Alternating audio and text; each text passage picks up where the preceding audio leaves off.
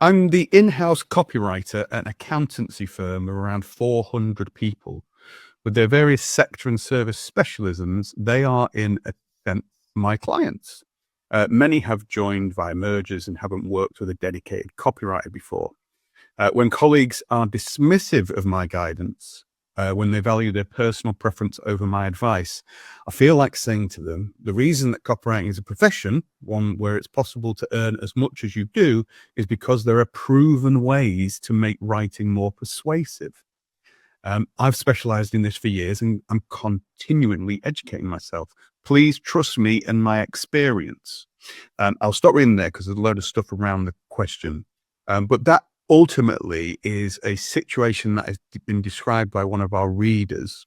And I mentioned the thing because it covers like it's accountancy. It's non-copywriting people.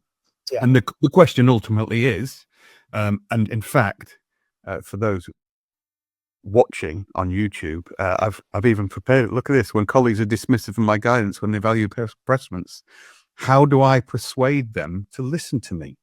Nick, how do people persuade non-copywriters to listen to them and take their advice? If you enjoy The Fix and want to get access to even more good stuff, join the Fix Accelerator today. Get access to special masterclasses from Nick and me, watch expert interviews with industry legends, join live copy feedback sessions every week, and get connected to our very own private copy network. Visit thefixaccelerator.com for more information. It is difficult, isn't it? Because it's not a question you can imagine like a surgeon ever asking. You know, like there are certain professions that we wouldn't question. And then the simple reason for that is, I mean, the base layer of this whole argument, and it's worth reminding, is that we are all taught to write. Like we all go through school learning to write. That's but there is a massive difference between writing a school essay or writing a note to your friend or writing a note for the milkman, which, I mean, we all do that still, don't we? I'm not alone in that. But like, there's a lot of difference between writing in a way to just quickly communicate things and actually persuading someone, a stranger in most cases, to take out their wallet and buy something off you, which is ultimately what we're doing. That is a very different style of writing. But there is that natural bias in people that they know a bit about writing, so they assume that they know how it works. How do you overcome that? That's ultimately what we're looking at here. Okay, so there are some things you can do, but before we get to them, I guess I just want to recognize that this is really common. That people often think they know better in ways, you know, about writing and presentation, but in ways that are provably false. So I'll just give you an example that I'm aware of, but this is dead common as well. I know people out there will have had it. So I've got a friend who works in like oil and gas and geo engineering, I don't know, energy, oil and gas, rocks. You know, so he's a scientist in some ways, or he's all like that rocks at the end kind of swayed that. It was like, yeah, I'm with you. And then you've added rocks to that. He loves rocks. He loves rocks in many ways in an inappropriate way, but that's a separate podcast. And so, you know, it's often, let's say he's talking to a client and they're giving a presentation at a conference about, with the audience is, you know, geoscientists, you know, experts, PhDs, whatever. And the general thing that comes back in those, in that environment is that, no, this audience doesn't want a story. They don't want fancy graphics. They want the facts. These are scientists. And you get this over and over. Usually it's somebody justifying why their presentation is, and the technical term in this situation is shit. So they stand up with a dreadful PowerPoint. They start by going, they introduce themselves in the most boring possible way. And then they just get straight into the facts because their audience are serious people who only like facts. And 9 times out of 10, you'll see the moment live that it happens, that the person realizes that they're talking shit and that they've lost everybody. And then they have to chew over it themselves. And they have that internal thing happening going, oh shit, like I've done it. I've bored everybody. So what they have to do is retreat to a safe position, which is everyone does it like this. Everyone's presentation is a boring white slide with facts on it, and said that must be the way it works. That's because the audience is so serious. These people are serious. They've got university degrees. And so the counter to that is, so when they go home, they don't watch films or read novels. They don't go to the pub and have a laugh with their friends. They don't go to the football. They don't talk to their kids about things that are going on in their life. They're not interested in podcasts. Somebody says, can I tell you their story? Can I tell you my story? They'll say, no, I'm a serious person. Put it on a PowerPoint. You know, they're not human, really, is the argument. That these people are so serious. They've left all of their human characteristics behind, which of course is, and this is another technical term, bollocks. That's bollocks. People are people. Okay. Doesn't matter what their profession is. They like to be entertained. They like stories in general. You know, a human interest element or some sense of suspense or something like, oh, I should keep watching this. I'll find there's something in this for me. All of the things that we know about giving a presentation are going to be true of copywriting too. So things like structuring your argument or setting a hook or telling the reader or the viewer or the audience that there's something in it for them if they'll stick with you. If you can, and then presenting your argument in a way which is palatable. There's this really bizarre, really, really bizarre. You get it in finance too. I'm a banker. I'm not interested in any of that stuff. Really. You don't like football. You don't watch pornography. You know, you're not. You know what I mean? Like all these other things that other people do. You're not party to any of that. It's not part of who you are. It's nonsense. It's a nonsense. So that's my rant part of the episode over. It's really, really common. And people who say that to you, like, oh, well, I just like it like this. I just want the facts. And I used to get people writing to me about our daily e-letter. You should just, if you can't say this in 50 words, you shouldn't say it at all, which is nonsense. Why? Why should I condense it down to a couple of bullet points? There's no logic to that. Why should a newspaper just be a couple of bullet points? Nobody wants any sense of narrative, story, person, human interest. Not true. We know people are interested in these things. So it's common, okay? And those people who say that, like, I just like it like this, and you're a copywriter, you like flowery language and colorful pictures, I'm not like this. Yeah, that's really common. Opens or reads emails. Nobody reads emails anymore. Yeah. No one reads emails anymore. Nobody likes podcasts. Just put some pictures on there, like that'll be fine. Put some pictures of the product and a click button. Buy now. That's enough. That'll persuade people. Why are you telling me a story about this? Well, I just used to write back to them and say, if you don't like it, don't read it. The irony is you've read it all. Now you're writing to me to tell me that it's wrong. So on some level, you don't like it, but there was a really easy way of you expressing that, which is just not bother. So that's to the person that wrote in. That's just to let you know that you're definitely not alone. It's really, really common. And I'm going to tell you now, all of those people making those arguments are wrong.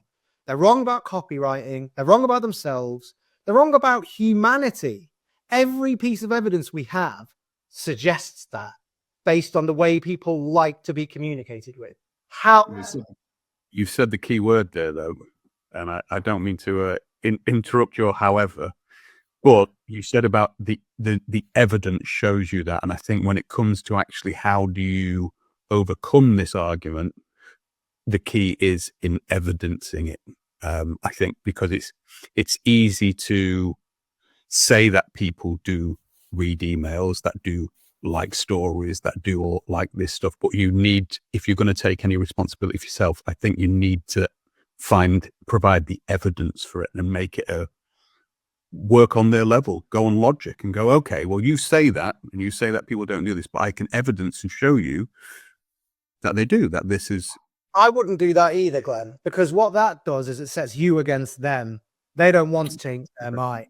So you can, in your own mind, you should think these people are wrong, and they are, but it won't help you in a debate with them to say you're wrong and I'm right, because nobody in the history of knowledge has ever successfully argued somebody out of that position. And I think that's where, so the reason I said all of that is so that whoever's watching this, who feels that way, knows that they're not alone, and knows that, you know, there is a safe space that you can come and vent, but taking that frustration out on the person that you're arguing with, saying, I can prove to you that you're wrong. It's like, I can prove to you that socialism doesn't work. Yeah, with mass graves and all the evidence you need. There are still people out there, they'll say it's not been done right and whatever with all the other politics. You know what I mean? People don't want to be proven wrong about anything. It's not the way communications works as well. So don't fall into that trap. That would be the sort of second part, which is acknowledge it internally and then think, right, I've got to get myself on the same team. So as my opponent, I don't want to be the other side. I don't want them on one side of the net and me on the other side. What you want to do is like turn both of you and look at the copy and say, all right, we're here. It's also against the copy, isn't it? We got to make this piece of copy better together. Yep. And I think that dynamic is like, that's the key thing, because there are some people that can be convinced and shown that, you know, you are right. And it's not uncommon for you to do things your own way and have them later say, do you know what, you were right.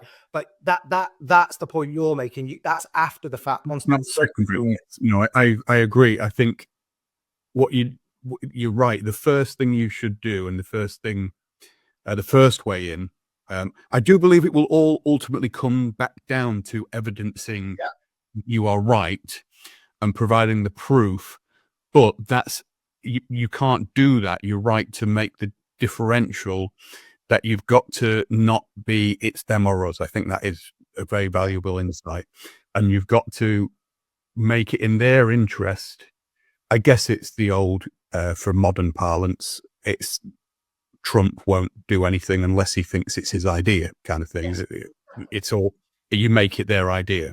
So you have to turn you both to the same problem, go, okay, well, you're saying that, how could we improve this and actually get the person to try and to try and put their argument forward. What you will find eventually is that will give you the avenues to then go, oh, well, that's a great suggestion, but can you see the problem here? That if we do it like that, then this will trigger this. And all of the stuff that you know you've trained and done in the back of your mind, and the reason you were suggesting your copy in the first place, you will be able to evidence why you've done that, but in terms of their thinking and their approach to it. I think that's the two-pronged attack. It's by turning them to yourself and then using your knowledge to gently correct their thinking, and inception wise put that thinking in their head, so they go, oh yeah, well, I've done this together, we've done this, I kind of did this, didn't I? And it's like, yeah, you did it, that's fine. Like, you didn't, but fine, we'll take it. And that's how you kind of move it along that to a point where you get clear in the end. The key words that you used were what if.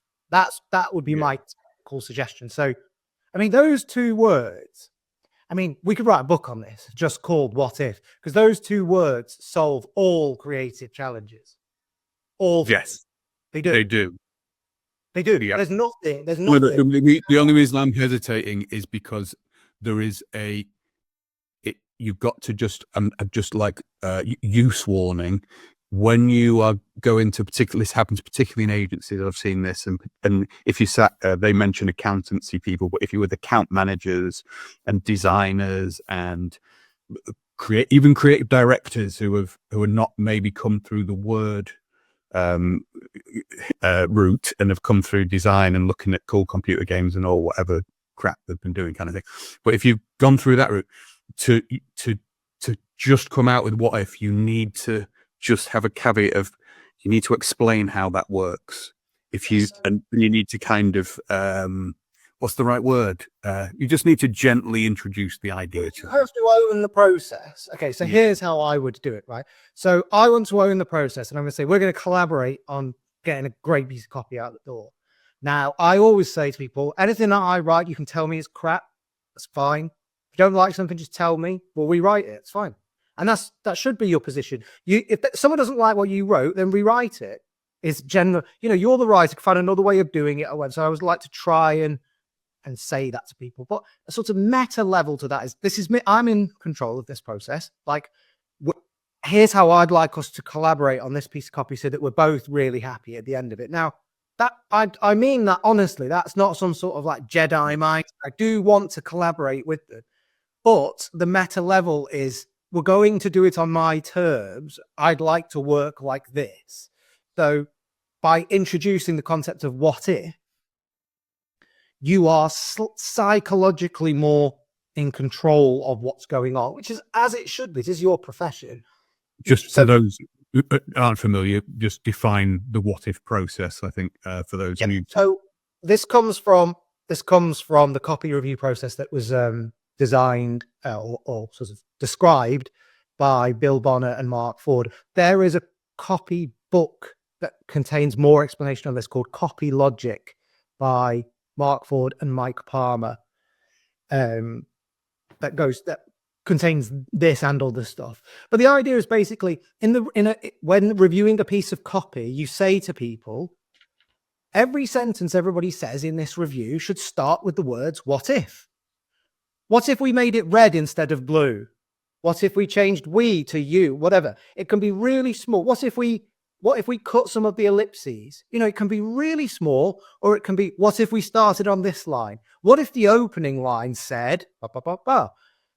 So what you do is you force everybody to say something that is a creative suggestion of some sort. They don't have to be a creative person. Now, the idea then is that you start. So if somebody in the room says, what if you made it black and white stripes? And you think, oh, crap, that's terrible. And everyone thinks, oh, that's a great idea. Okay, now it's okay, yeah, that's a good idea. But what if we did this instead? So you return serve with another idea. Now, what that stops happening in a review process is it stops people doing the two worst things they can do, which is I don't like it or I do like it, neither of which are of any use to anybody, but are really common. Generally, if somebody says I like it at the start, the whole meeting is then about how much everybody likes it. Pointless. If somebody says they don't like it, it's very hard for anybody else to say, you're wrong, I love it. So it just becomes about how bad the copy is. Both things are a waste of time. Just as a quick tangent, I genuinely think you could apply the what if logic to like the boardroom.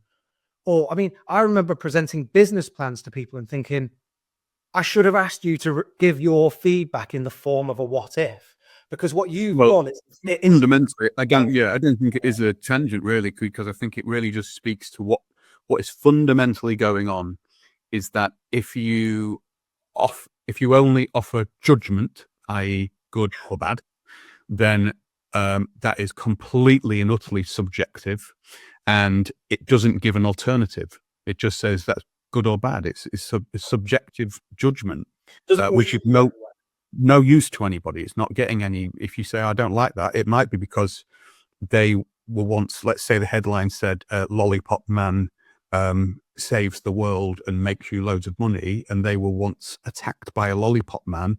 That person is just giving you a judgment going, I don't like it. You don't know that it might work out there in the world, but they have a personal subjective reaction. They've not explained why they don't like it, why they've got that judgment, or given you any detail.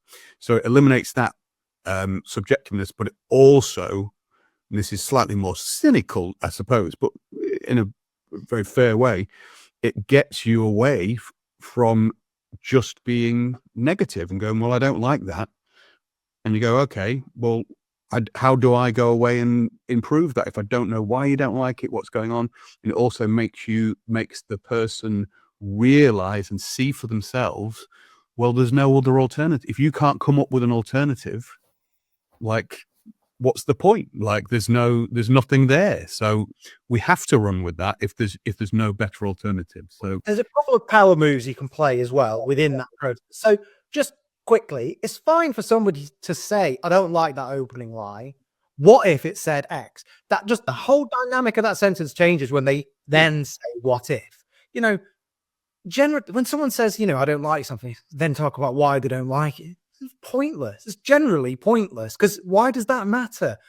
I actually don't care why they don't like it. If you hate it, just say I hate it. I hate that. I couldn't tell you why. What if it said this instead? Great. Now we've moved on. And you might have to go back and forth with that. So that forces everybody to be collaborative. Okay. It forces suggestions to the surface. You as the copywriter need to take the best ones. You can't knock all theirs back. You have to say, what if it started with something like this? You have to make an honest, creative effort to make that work. Oh, that's great. Or that's usually what happens is someone says, what if it said, the day began on with a gunfire or something. They start with something crap and you think, yeah, I like the idea of the gunfire. What if it just said something like the gunfire sounded? So you might take what they've given you and work with it. So I've used crap examples about shooting there, but the Hurricane song by Bob Dylan. I can't remember the opening lines, but it started with something like shots rang out in the middle of dawn or whatever. And it's like, right, okay, cool. What's going on? I'm in. Rather than saying the police originally reported the gunfire at 6 o'clock. It's like, no, shots ran out at dawn. You're like, oh, okay. So you'd say, what if it started there? And it gives you more to work with. And you might have to take some of what they give you. I love this. What if we took that and did this with it? What if we did this? So that whole process brings that person into play.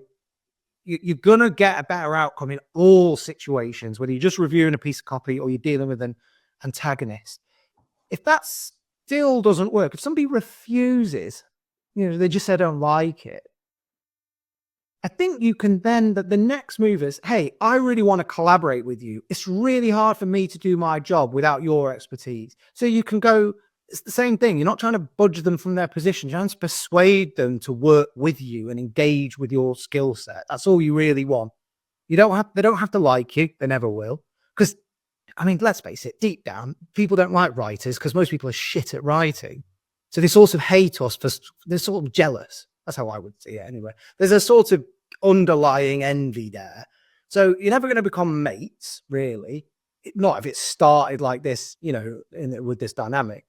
But bring them in. And if they still won't, you have to call out the fact that I want to collaborate. I want to work with you.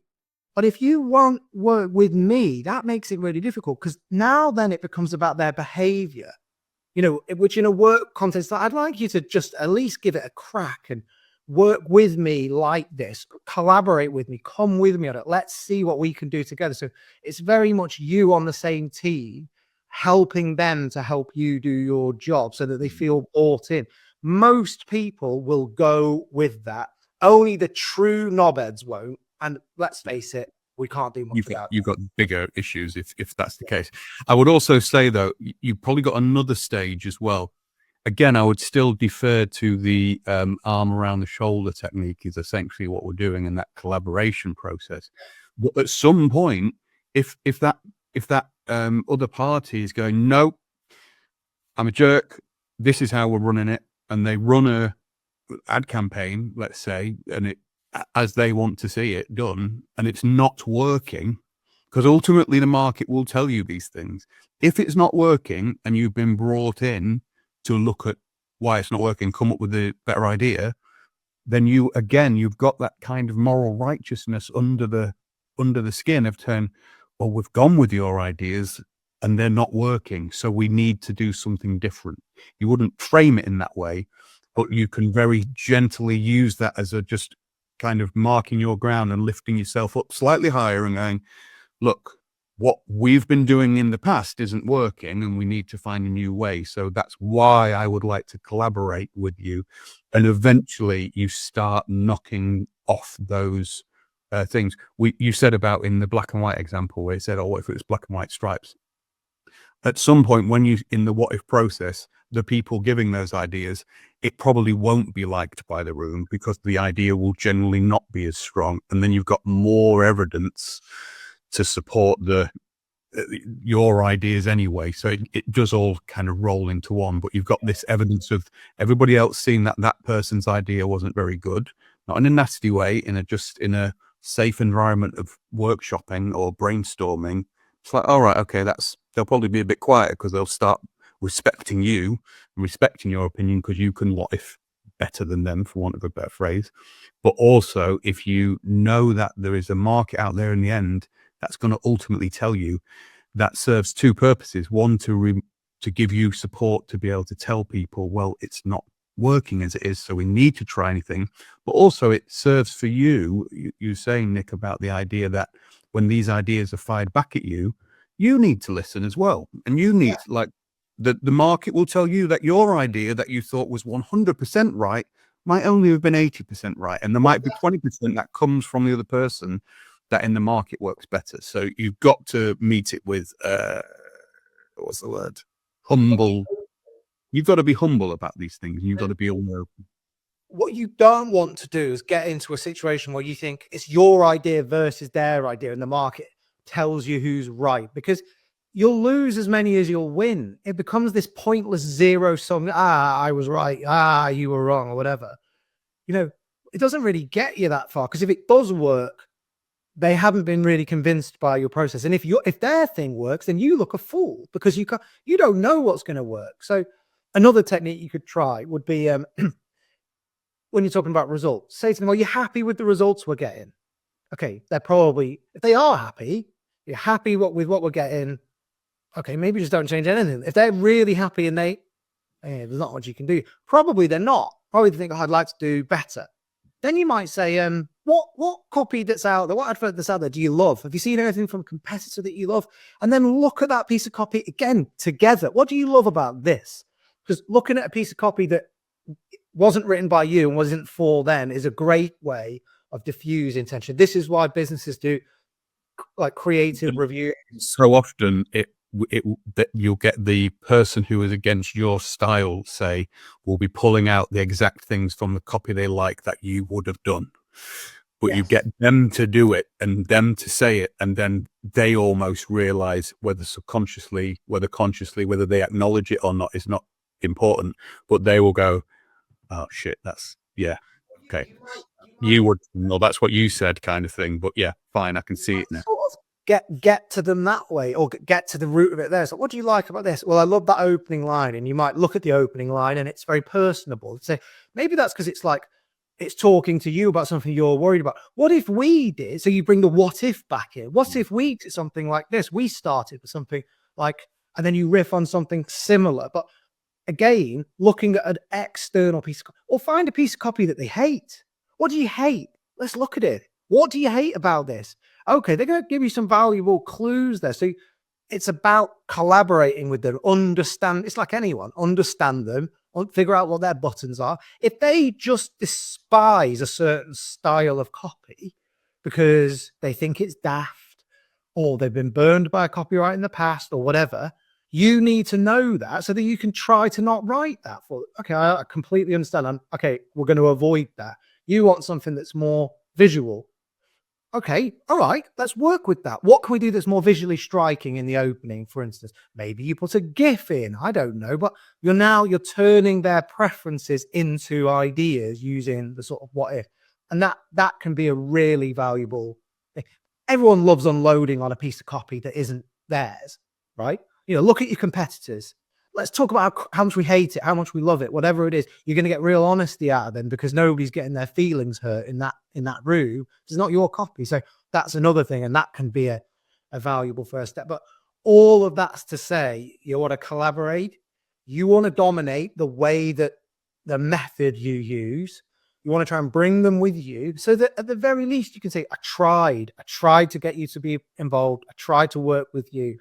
I tried to get you to collaborate. If they really won't, that's when you have to go to somebody else and say, like, and you can honestly say, what else am I supposed to do here? They will not engage with any form of collaboration that I suggest, and they don't like it when I go in, right? So my suggestion is you employ them as a copywriter, since they're you know what I mean? Like, that's where you go to that point, but only after you've done those steps. Yeah. Well, good luck. We wish good luck to the specific reader who has 400 accountants to go and convince that that's I wouldn't fancy your chances, but good luck with it. Maybe get them into groups of 10 and work through them in that way. The what if theory. But yeah, Otherwise, if you've got any more challenges, any concerns, no matter how big or small, these are things, as we point out, the trigger issues that we get every day as copywriters. We all experience these at all levels. So any challenge that you're worried about, get in touch. feedback@thefixcopywriting.com. You can get in touch, or you can comment on this video or on this audio, wherever you listen to it, on the Patreon, YouTube space, Mars. If you're up there with Musk already in the future looking back on us, go for that. If you're from the future and you want to write back, it's fine too. Maybe there's a new answer to this out there in the future that we're not allowed to know yet due to the constraints of time. That's the end. That is the end. Bye. Yeah, that's the end. This is the end. I've been watching a documentary on Vietnam. This is the end. My friend, my beautiful friend. Is that how it goes? I don't know. Anyway, it's been. That's all for this episode, but if you'd like to get your copy reviewed, or you've seen some copy you want Nick and Glenn's opinion on, get in touch at feedback@thefixcopywriting.com. Thanks for watching, and don't forget to like and share.